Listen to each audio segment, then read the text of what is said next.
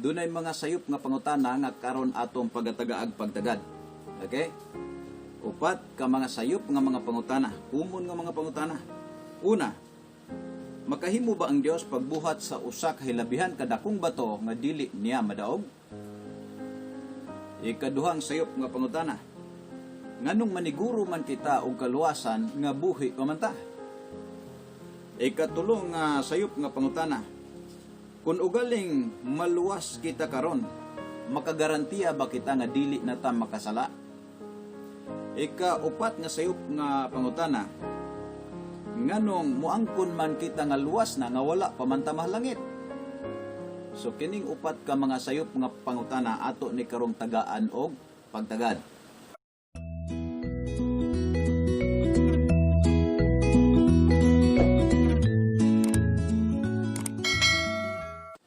Hello, welcome na usab sa ato karong tulumanon. Kini na usabin yung higala, Pastor Godser Verano, a Bible believing pastor.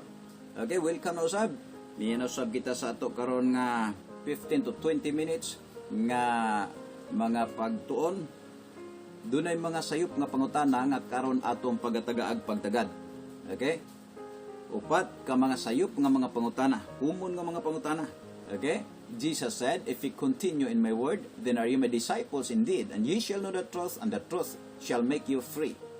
Okay, alang sa tanan nga dunay pagtuog Dios, welcome ka mo, 15 to 20 minutes lamang. O kung doon na mo'y mga kalibog, doon na mo'y mga pangutana, or mga any comments, or suggestion, gusto ninyo nga atong himong topic sa sunod, pwede mo makagamit sa atong comments below, aron nga atong tagaag-pagtagad sa sunod. Okay? So, once again, unang sayop nga pangutana. Ingon dinhi, makahimo ba ang Dios pagbuhat sa hilabihan kadakong bato nga dili niya madaog? Ang reasoning ani mo ni, ang Dios tungod kay gamhanan kay siya, mahimo niya tanang butang ug walay imposible sa Dios. Therefore, ang question, makahimo ba siya sa mga butang o sa bato? Makahimo ba siya pagbuhat og hilabihan kadakong bato nga dili niya madaog? Sayop nga pangutana yan. Don't expect a right answer for a wrong question. Nga naman, ang sa question palang daan, sayop na. A very confusing question. Ang Diyos makahimo sa tanang butang. Madaog niya ang tanang butang. Nganong pabuhaton man nimo siya og butang nga di niya madaog? Very confusing. Ang Ginoo dili mo buhat sa bisan unsang butang contrary to his deity, to his Godhead. God will do all things according to his will, and he will not do anything contrary to his will. In Ephesians chapter 1 verse 11, it is said, in whom also we have obtained an inheritance, being predestinated according to the purpose of him who worketh all things after the counsel of his own will. God works all things according to the counsel of his own will. So, in short, ang Dios dili mobuhat bisan unsang butang nga mo contradict sa iyang will. God's will must be done. Another verse in John chapter 7 verse 17, it is said, if any man will do his will, he shall know of the doctrine, whether it be of God or whether I speak of myself. In other words, kung ang tao willing lang unta mo buhat sa kabubuton sa Dios, pasabton siya sa Dios pagtulunan. Ang tao dili pa gani makapaminaw og maayo, gusto nang questionon ang pagkadiyos sa Dios. Dinha ang tao masayop, closed-minded. Mo na hinungdan nga dili makasabot nga naman, mayroon tayong kasabihan, pag ayaw mo, maraming dahilan. Pero pag gusto mo, maraming paraan. Okay? Unsa man ato pagsabot kung di ta maminaw. Busa, I challenge you to hear this program we have, just about 15 to 20 minutes lang. Kung mahimo gani, di kaabot diha as much as we can. Okay? Okay, number 2 nga question. Nganong maniguro man kita og kaluwasan nga buhi pa man ta? Ikaduhang sayop nga pangutana. Ang tao kasi, pag makadungog siya nga naa ay siguro nga kaluwasan, supak-supak kung dayon, mangita dayon og mga question nga i-oppose niya, isupak niya sa mooy gisulti sa pulong sa Dios. Nga naman, because of unbelief. Okay? Very wrong question. Mato pa sa mga question, nga naman nga maniguro kita kaluwasan nga buhi pamanta. Question, kano sa man ang tao maniguro og kaluwasan? Kanang patay na. Daganta mo example, kung makakita mo tao nga gahikog ba, gabitay na siyang ulo, gabitay. Gabitay og pisi. Karon gakisi-kisi pa. Imo lang din ang tawon. Moingon ka nga, buhi pa man, di sana ito naluwason, kay buhi pa. Ini ka matay na, kini, luwason na kay patay na. Higala, sayop. Nganong sayop mga pangutana? Matod pa, nganong maniguro man tagaluwasan, nga buhi pa man. Kinsa man din maniguro, ang patay di ay. Nganong luwason pa man ang patay naman na. Okay? So, very wrong question. The Bible says, in 2 Corinthians chapter 6 verse 2, now is the day of salvation. Karon, ibig sabihin, samtang buhi pa. Dili pwede mangandam ka kaluwasan, maniguro ka kaluwasan, patay ka na. Makapaniguro ba ang patay? Wala na panahon. Nga naman, kinahisulat na karon ang adlaw sa kaluwasan. In other words, gusto kang makaangkon o kaluwasan. Gusto ka makapangandam, karon na imo buhaton samtang buhi pa. In Hebrews chapter 7 verse 25, it is said, wherefore he is able also to save them to the uttermost that come unto God by him, seeing he ever liveth to make intercession for them. So ato makita dire, si Jesus tungod kay buhi siya, makahimo siya sa pagluwas bisan niya atong tuwa sa layo, niya atong muduol sa Dios, pinaagi kaniya. Unsaon man pagduol sa tao ngadto sa Dios, pinaagi sa pagtuo kang Kristo Jesus kung patay na siya. Kaya nga atong ginaingon nya kini nga pangutana sayop nga matod pa nganong maniguro man tagaluwasan nga buhi pa man ta. Ibig sabihin ay hara maniguro patay na. Patay na, dead na. Kanang word deadline, ibig sabihin finishing line, deadline. Patay na. Ibig sabihin diha ra kataman. Ang Dios nagahatag na tog tsansa, lifetime chance to be saved. Ang deadline ani is pag ma-dead na ka, wala na panahon, diha ra taman ang imong pagpangandam. After death, judgment or punishment for unsaved people. Okay? So kaya nga in John 3:16 Jesus said, for God so loved the world that he gave his only begotten son, that whosoever believeth in him should not perish but have everlasting life. Tungod sa gugma sa Dios gihatag si Jesus aron bisan kinsa nga mutuo niya dili na malaglag apan adunay kinabuhing walay katapusan. So unsaon man sa tao pagdangop sa Dios mutuo ni Kristo Jesus nga iyang manuluwas kung patay na siya. Unsaon man sa tao pag hinulsol o pagdangop ni Kristo nga iyang manuluwas kung patay na siya. Ulahin ang tanan. Kaya nga I said, this question is wrong. Sayop ka ini. Matod pa nganong maniguro man tagaluwasan nga buhi pa man ta. Perting sayo pa. Kay ang kaluwasan para sa mga buhi. Kaya kung patay na ang taong gabitay diya sa pisi, dili na nimo luwason, kuhao na lang nag-ilubong kay patay na na. Samtang ang tao nahulog sa atabay, gakisi-kisi pa, galangoy pa, glihok pa, pwede pa naluwason kay buhi pa, kasi mayroon tayong kasabihan, habang may buhay, may pag-asa. Pero patay na, wala na pag-asa. Kaya nga, hinaot nga mga higala, mga suking viewers, unta, tagaan nyo ni og pagsabot. Nga naman, panahon pa nga dapat magpakabana ka. Okay, number 3 nga question. Wrong question. Kung galing maluwas ta karon, makagarantiya ba ta nga dili na ta makasala? Nganong wrong nga question eh? Tungod kay naan na sit up na daan sa kasing-kasing og sa una-una sa tao nga kinahanglan mahingpit ta aron maluwas. And that is wrong. Kay kung maunay basihan nato sa kaluwasan nga kinahanglan mahingpit una, wa gi usang maluwas. Nga naman, wa may taong hingpit yon.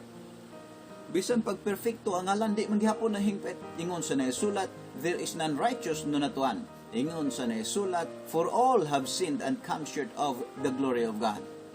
So sa laktod nga pagasulti, kinahanglan nga ang tao muamin lang nga siya makasasala, then mo dangop sa manuluwas pinagis pagtuo uban ang mahinulsulong kasing-kasing aron siya maluwas.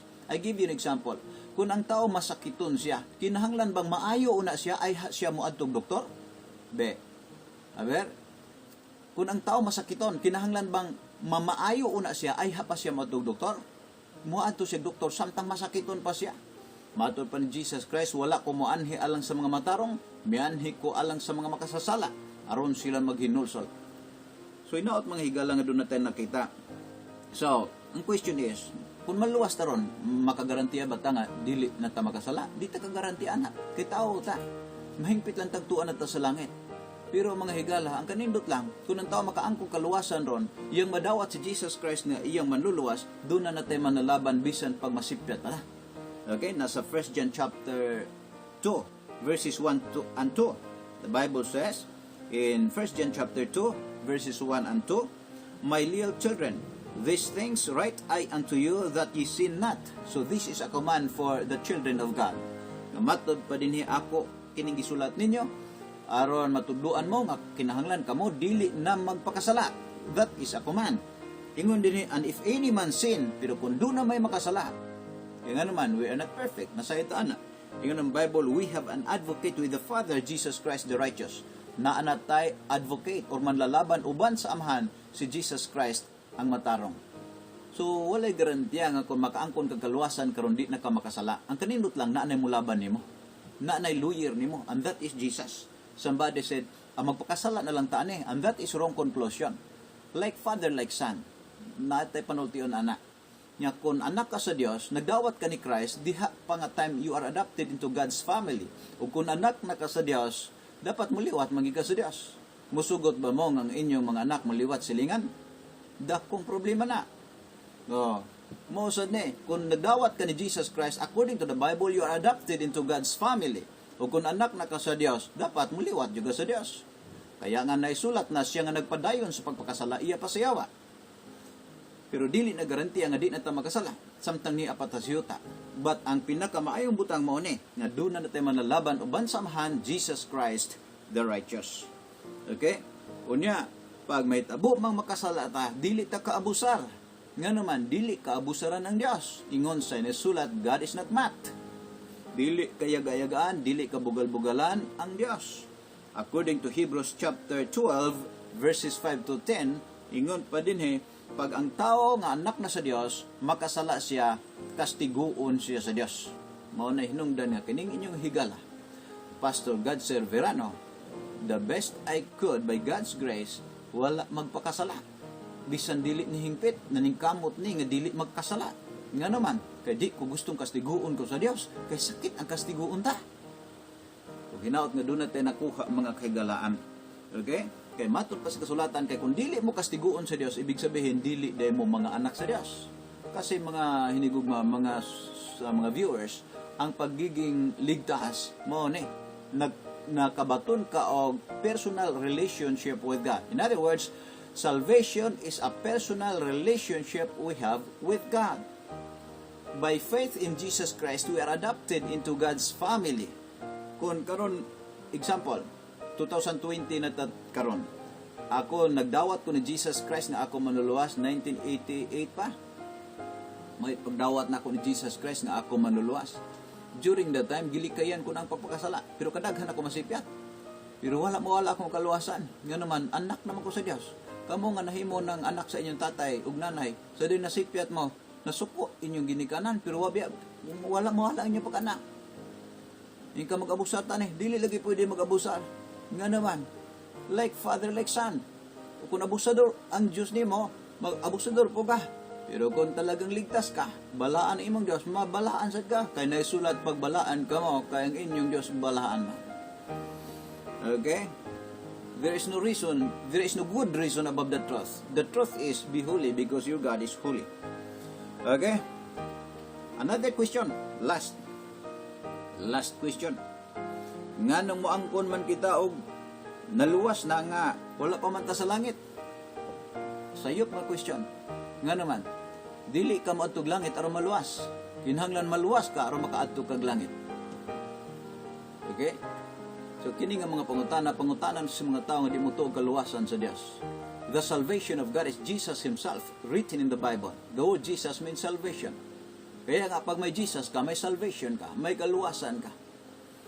So, usbon ako, dili ka moadtog langit aron maluwas. Kinahanglan maluwas ka aron makaadtog kag langit. And Jesus is the way. Jesus said, I am the way, the truth, and the life. He said, I am the way, not a way, but the way. Ibig sabihin, Jesus alone is the way.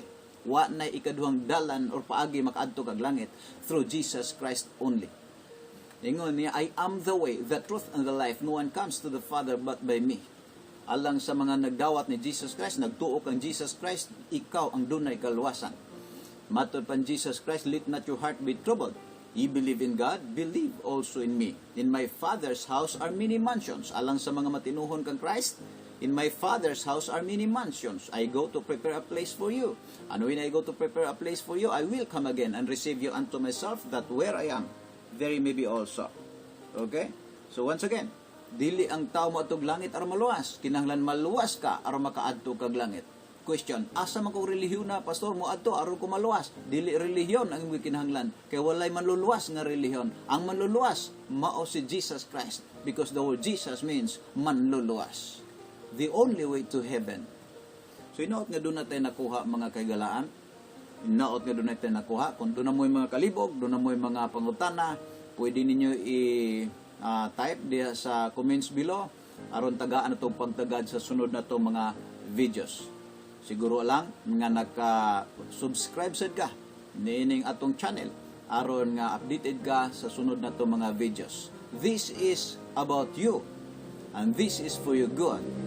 Okay? O kung wa pa ka makadawat ni Jesus nga imo manuluwas, do it right now. Karon ka mangandam, karon ka mudawat, kay siya dugay ang gihatag. Question, midawat ka na ba? Kung wala pa, sulod siya makasing-kasing ingna siya, Lord Jesus, pasayloan ning makasasala. Ako kan dawaton nga ako manluluwas right now. Harii akong kinabuhi. Buhatan na sa madali. And that is what receiving the salvation of God by faith in Jesus. Wala tayo oras, magpurita. Thank you so much, Lord, once again for the privilege you have given to us. Silyuhi ang mga pulong ngadto sa matag kasing-kasing sa mga naminaw. Proteksyon ni ilang pamilya. Dalaygon kayo great. In Jesus' name I pray. Amen. Salamat sa inyong pagpaminaw. Hangtod sa sunod. God bless.